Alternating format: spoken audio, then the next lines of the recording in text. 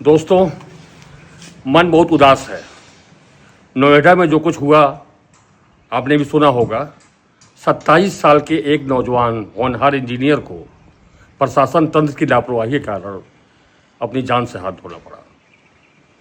उस होनहार नौजवान ने अपने पिता के सामने, अपने असहाय पिता के सामने अपनी जान दे दी और प्रशासन और बाकी लोग खड़े देखते रह गए। रोंगटे खड़े कर देती है कहानी।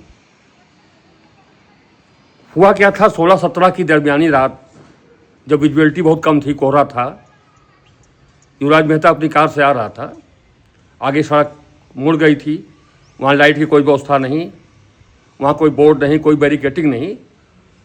वो मुड़ नहीं पाया, उसकी कार सीधे चली गई जहाँ रास्ता बंद था। आगे एक बिल्डर ने बेसमेंट खोद रखा था जो करीब 70 फीट गहरा बताया जाता है।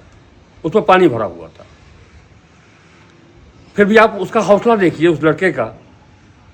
वो उसमें गिरने के बाद भी, कार उसमें जाने के बाद भी, वो कार का दरवाज़ा खोल के कार की छत पे बैठा और अपनी जान बचाने के लिए उसने कई जगह फ़ोन किए।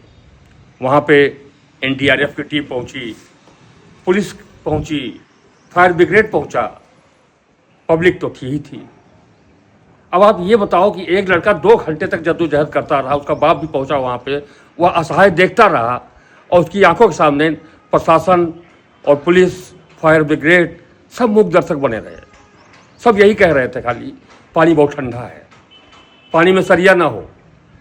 मतलब ऐसे ही लोग जिनकी ड्यूटी ही लोगों की जान बचाना है, वो अपनी जान के कारण अपनी जान की परवाह कर रहे हैं। अरे आपको फिर ये पेशा ही नहीं चुनना चाहिए था।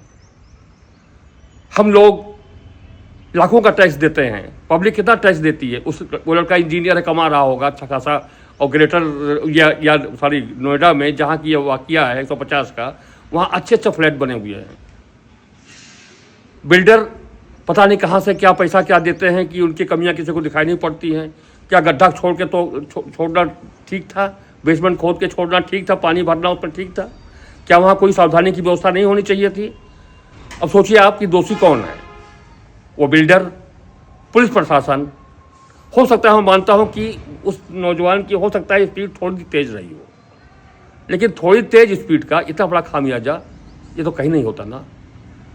स्पीड तो हम तेज़ कर रहे हैं ना, नई जनरेशन की, हम बुलेट ट्रेन ला रहे हैं, तो हमें व्यवस्था भी तो अच्छी करनी पड़ेगी ना, चाहे सड़क हो, चाहे कुछ भी हो, चाहे ज़िंदगी हो। थैंक यू, धन्यवाद।